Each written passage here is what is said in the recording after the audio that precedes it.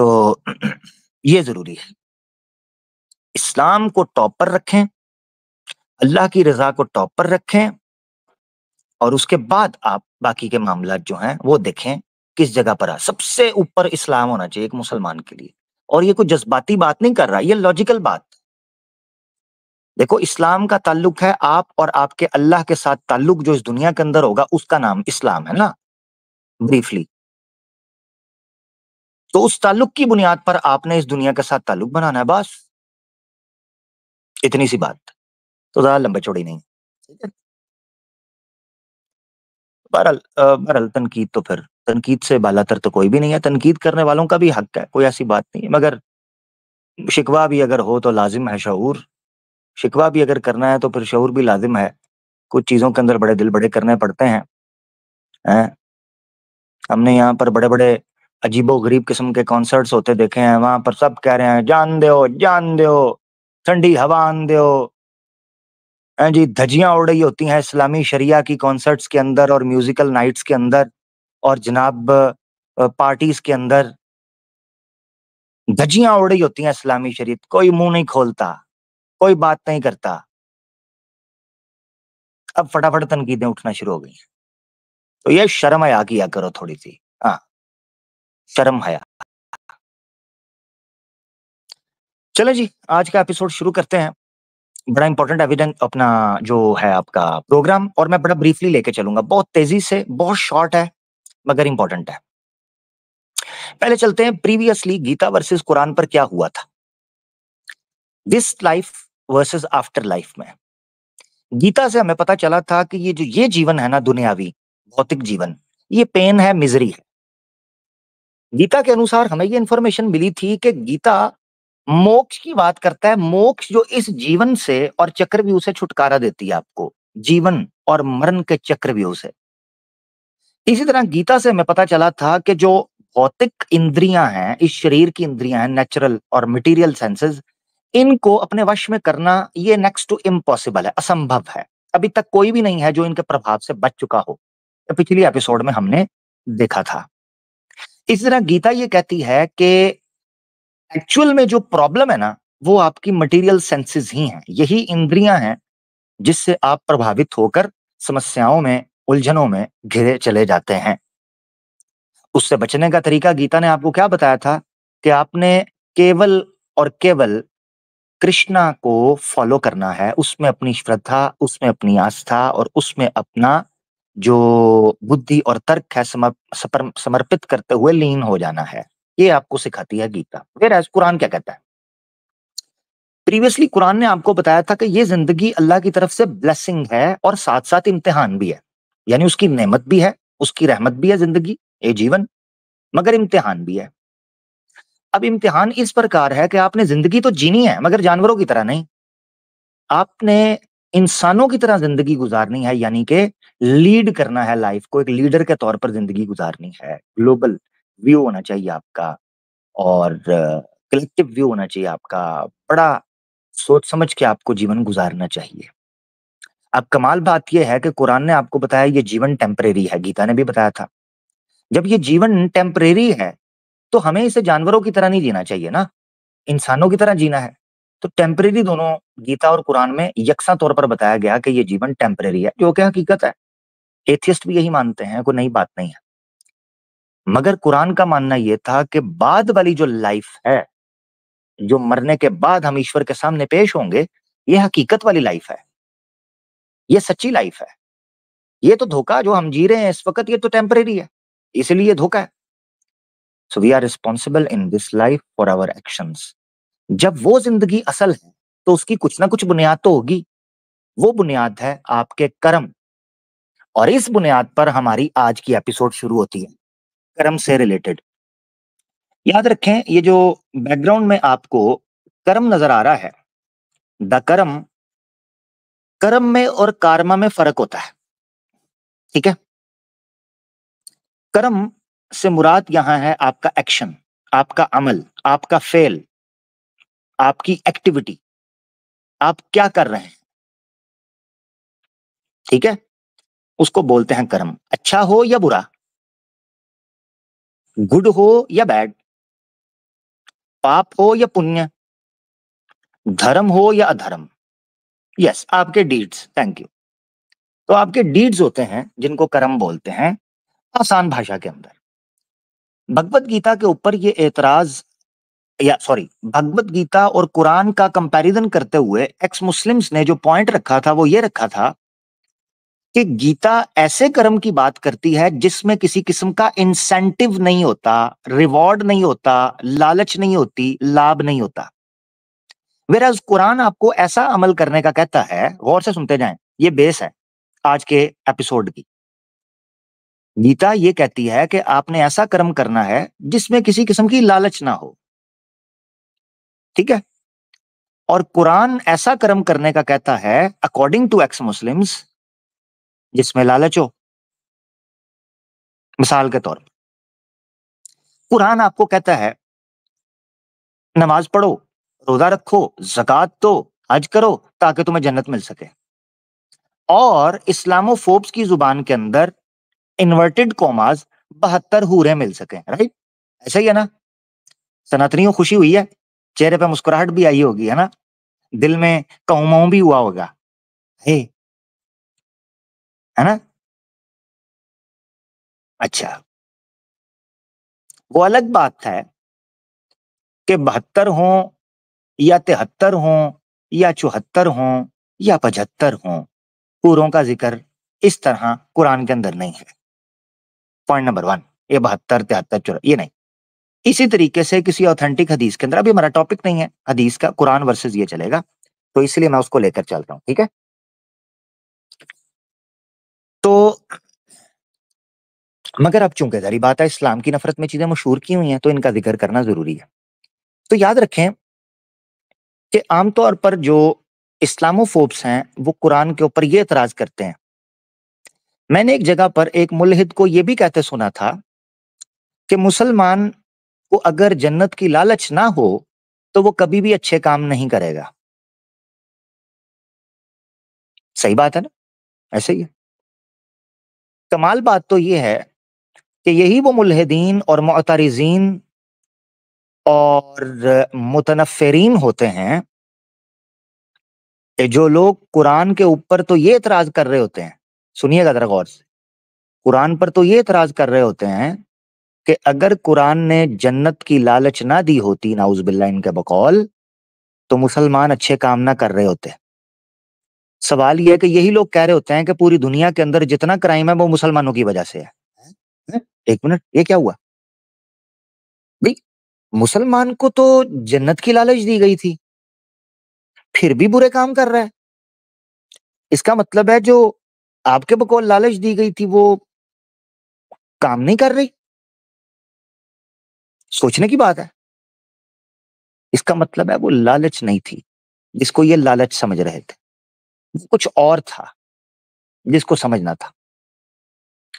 By the way यहाँ start के अंदर ही मैं एक चीज़ क्लियर करना चाहता हूँ, ह्यूमन नेचर के तौर पर, फिर आगे बढ़ेंगे, गीता वर्सेस कुरान को। मैंने एक प्रोग्राम किया था कुरान एंड मॉडर्न साइंस। आवाज़ ऑफिशियल के ऊपर सबसे पुरानी वीडियो वही होगी।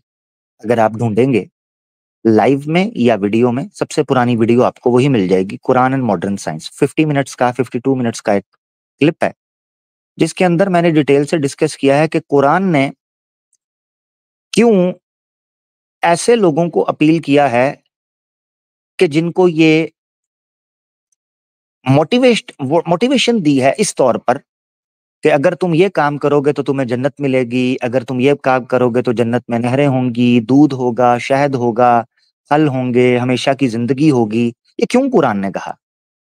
और इसी तरीके से ये क्यों कहा कि अगर तुम ये काम करोगे, बुरे काम हैं तो तुम्हें जहन्नम में डाला जाएगा, आग में जलोगे, मार पड़ेगी, दरख्त कांटेदार फल और जनाब ना जाने क्या-क्या। ये क्यों कहा है? और क्यों उसी कुरान के अंदर अक्ल वालों को अपील किया गया है? भगवत गीता की एक एपिसोड गीता वर्सेस कुरान की जो हमने की थी द बिलीवर, वो भी अगर कोई देख लेगा तो उसमें भी समझ पड़ जाएगा कि कुरान ने किस किस्म के बिलीवर की बात की है।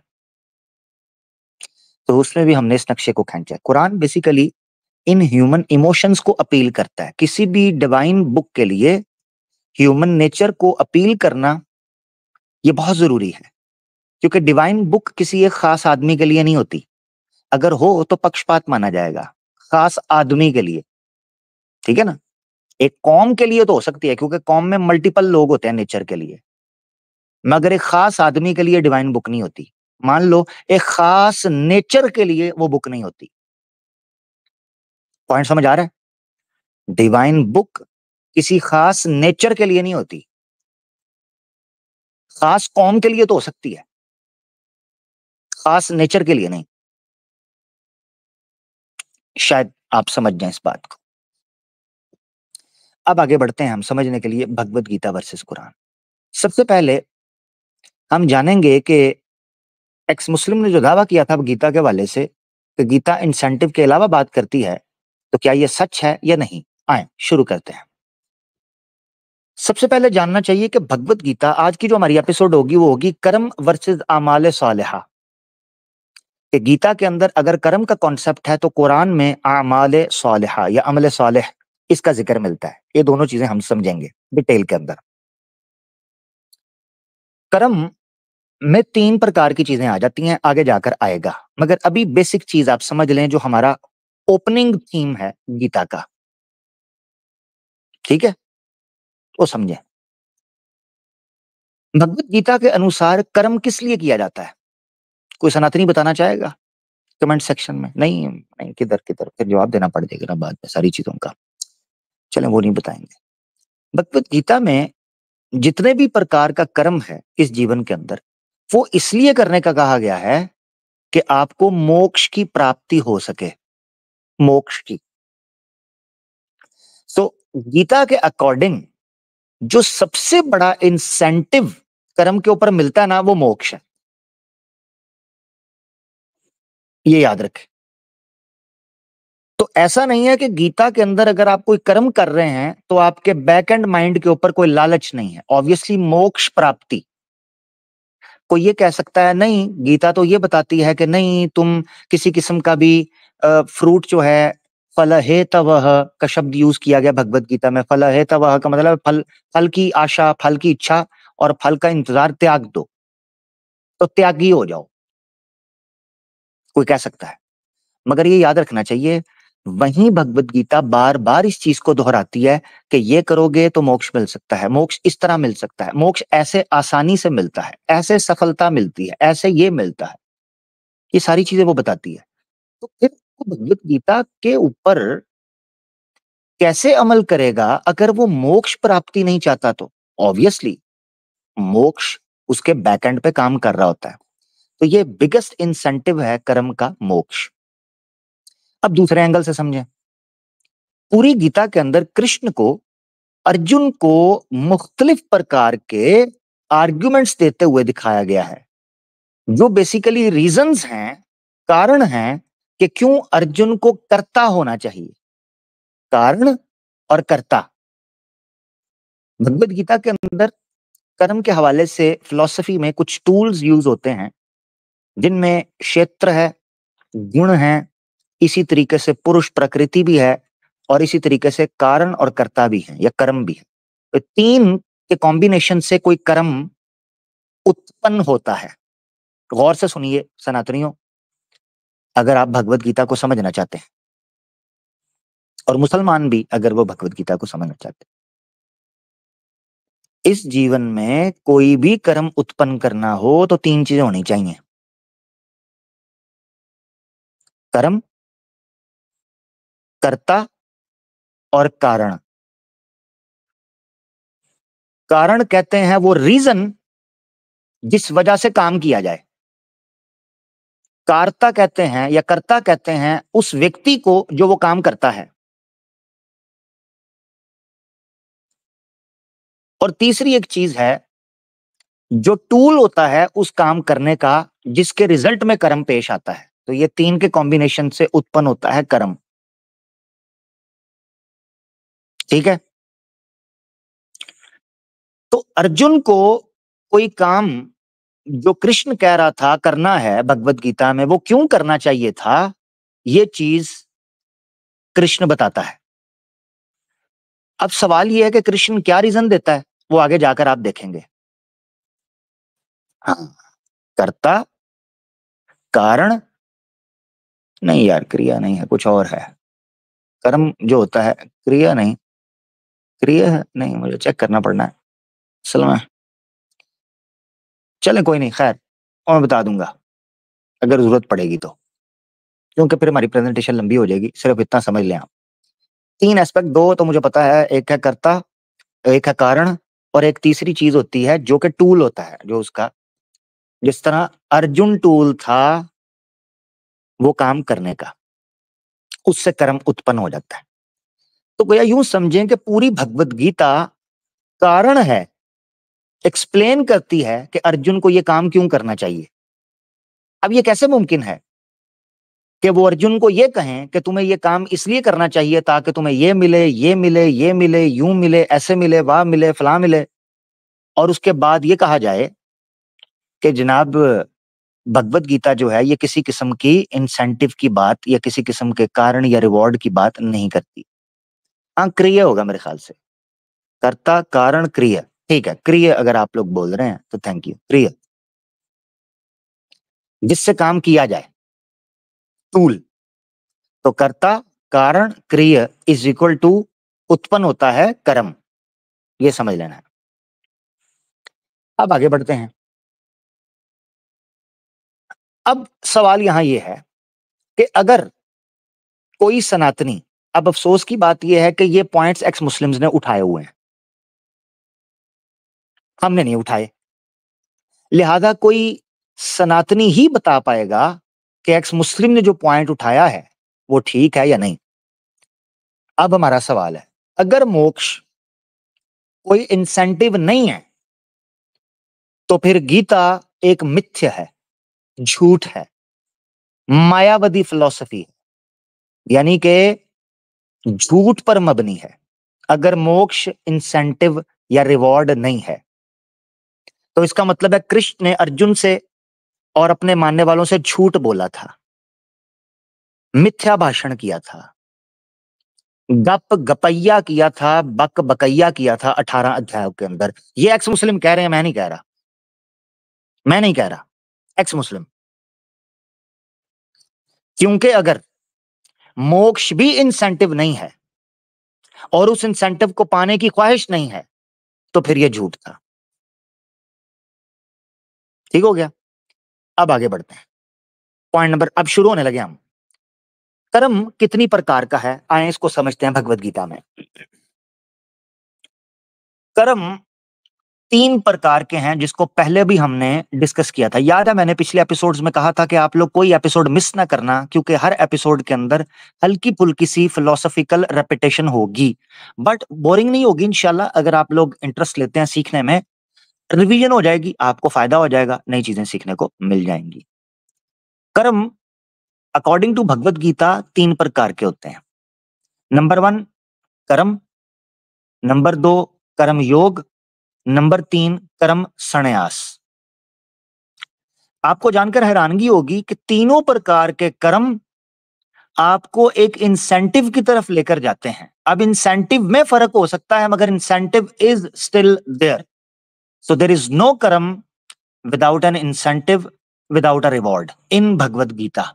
इनकी मिसालें मैं देने लगा हूं, आपने टेंशन नहीं लेनी, ठीक है, याद रखना। तो चलते हैं। कर्म किसे कहते हैं सबसे पहले समझना है। कर्म कहते हैं, यार मॉडरेटर्स भाई अपने मुसलमानों को यार टाइम आउट ना दें बगैर किसी वजह के, ठीक है, मुसलमानों को टाइम आउट ना दें बगैर किसी वजह के। कोई फिरका वारियत कर रहा है या कोई अपना पर्सनल कोई चीजें निकाल रहा है या कोई गाली गलौज कर रहा है या इसी तरीके से कोई खवातीन के साथ इन्वॉल्व हो रहा है या कोई ऐसा मामला कर रहा है, उसको दें आप।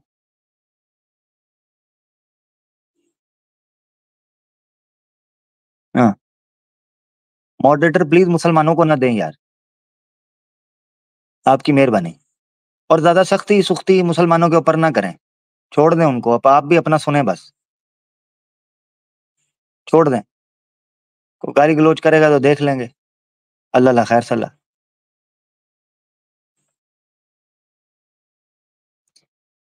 अच्छा, कर्म किसे कहते हैं? आमतौर पर कर्म लोग समझ लेते हैं अमल को, मगर भगवत गीता के अकॉर्डिंग कर्म किसे कहते हैं ये सुनना है आपने। भगवत गीता के अकॉर्डिंग कर्म कहते हैं ऐसे अमल को, ऐसे एक्ट को जिसके पीछे लालच हो। यानी अकॉर्डिंग टू भगवत गीता कर्म एक अच्छी चीज नहीं होनी चाहिए उसूली तौर पर। कर्म का मतलब हुआ आपने कोई काम किया, अब चूंकि आपने किया तो आपको ये लालच है, हम्म, आपको ये लालच है कि आपको इसका कोई ना कोई फायदा मिलेगा। कर्म योग कहते हैं ऐसे काम को जिसको आप करें, मगर करने के बाद आपको किसी किस्म की लालच ना हो कि मुझे इसका कोई ना कोई फायदा मिलेगा। काम तो आप करें और करें भी आप, मगर आपको ये ना हो कि मुझे इससे कोई फायदा मिलेगा। दूसरी चीज। तीसरी चीज है कर्म संन्यास। इसको दो तरह से समझा जा सकता है। या तो आप कर्म ही ना करें ताकि आपको किसी किस्म की लालच ही ना रहे, एक ये अंडरस्टैंडिंग है। और जिसको बोलते हैं अति त्याग, अति संन्यास।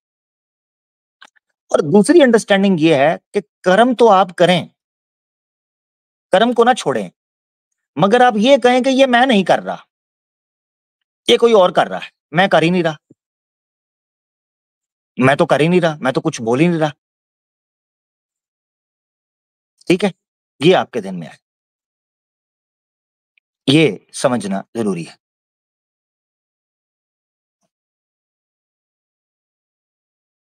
अच्छा जी, ये तीन चीजें आ गई। अब हम इसकी एक एक की मिसाल लेंगे और एक एक की मिसाल लेने के बाद हम देखेंगे कि क्या ये तीनों चीजें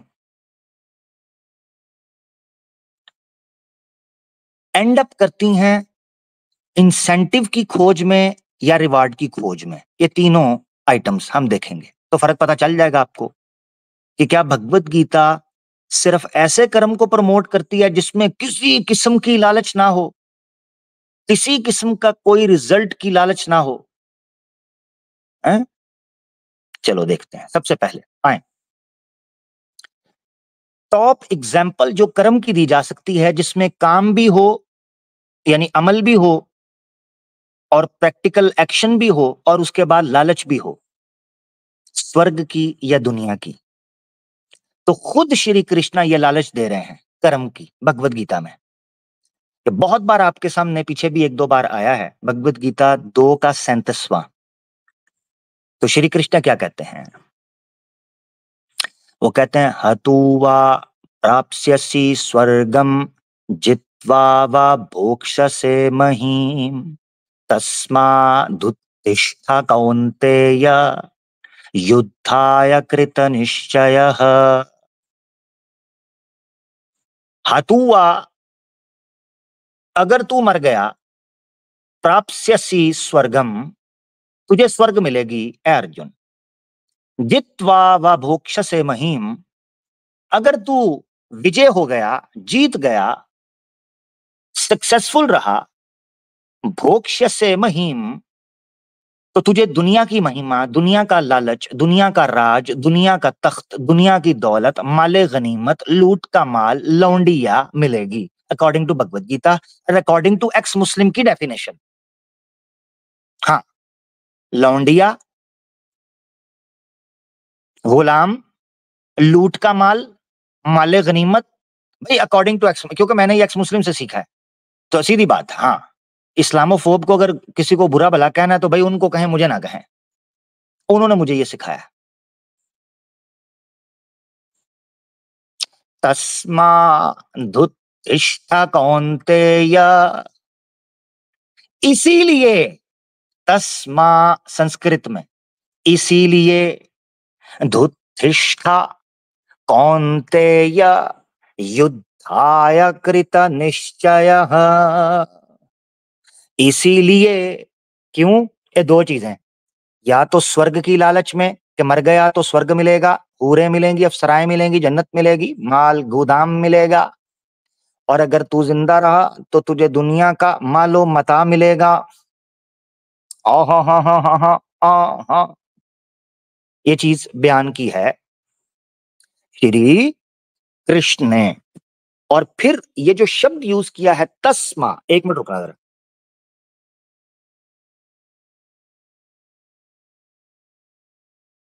तस्मा धुत्तिष्ठा, ये चीज बताती है कि श्री कृष्णा ये बोल रहे हैं कि इन चीजों के लिए तू उठ फिर, ए कौन्त्या के बेटे उठ, और उठ के लड़, कुंती के बेटे उठ और लड़, ये चीज है।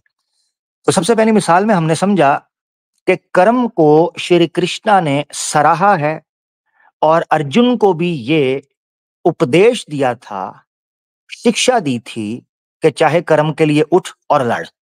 यहां से हमारी आज की मिसाल शुरू होती है। तो भगवत गीता ऐसे कर्म की बात सिर्फ करती है जिसमें जिसमें इंसेंटिव की लालच ना हो, सॉरी सर, नहीं। भगवत गीता बता रही है कि इसमें अर्जुन को लालच दी गई थी।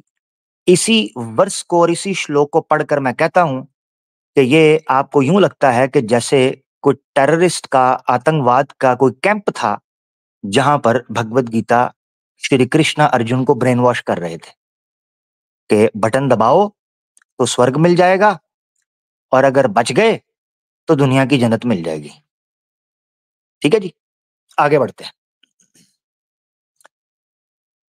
दूसरी किस्म हमने बताई थी कर्म योग। तो पहला कर्म था, दूसरा है कर्म योग।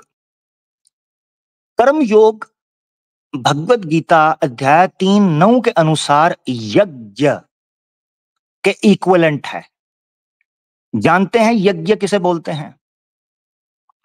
यज्ञ ईश्वर के लिए किए जाने वाले आर्थिक, शारीरिक या किसी और चीज के बलिदान को यज्ञ बोलते हैं। किसी और तरीके से भी दिया जा सकता है। मान लीजिए अपनी इंद्रियों का उपयोग ईश्वर की प्रकाशित विधि के अनुसार करना, धार्मिक विधि के अनुसार करना भी, अपनी इंद्रियों को भी, यह भी यज्ञ है। यज्ञ केवल दान पान करने का या किसी जानवर पशु का बलिदान करने का या किसी अनाज का या किसी पंडित को पैसे देने का नाम यज्ञ नहीं है। अश्वमेध यज्ञ है या दूसरी यज्ञाएं, वो सिर्फ उनका नाम यज्ञ नहीं है जब तक उसके अंदर, उस काम में केवल ईश्वर के प्रति आपकी श्रद्धा हो। आप कहो मैं सिर्फ और सिर्फ ईश्वर के लिए ये काम कर रहा हूं, तो सिर्फ और सिर्फ ईश्वर की खुशी के लिए, ईश्वर के लिए अपने हर काम को करना, इसको यज्ञ बोलते हैं। हाँ, कर्म योग। तो कर्म योग मैंने आपको समझा दिया था कि क्या है। भगवत गीता 3:9 क्या कहती है? यज्ञार्थात, यज्ञार्थात कर्मणोऽन्यत्र लोकोऽयं कर्म बन्धनः तदर्थं कर्म कौन्तेय मुक्ता संग समाचर। मुक्ता, ये पॉइंट है जिसको आपने याद रखना। मुक्ता संग, मुक्ता संग समाचर। श्री कृष्ण कहते हैं कि तुम्हारा कोई भी कर्म हो वो ऐसे ही होना चाहिए जैसे यज्ञ है। यज्ञार्थ कर्मणो, कोई भी कर्म तुम्हारा ऐसे समझो जैसे यज्ञ होती है। क्यों मैं ये बात रख रहा हूं? ये यज्ञ किसके लिए होती है? ईश्वर के लिए। तो गोया यहां पर आपको भगवत गीता कर्म योग की परिभाषा दे रही है। क्यों? क्योंकि कोई भी कर्म यज्ञ के तौर पर किया जाएगा। लोकोयम कर्म बंधन, अगर कोई बंदा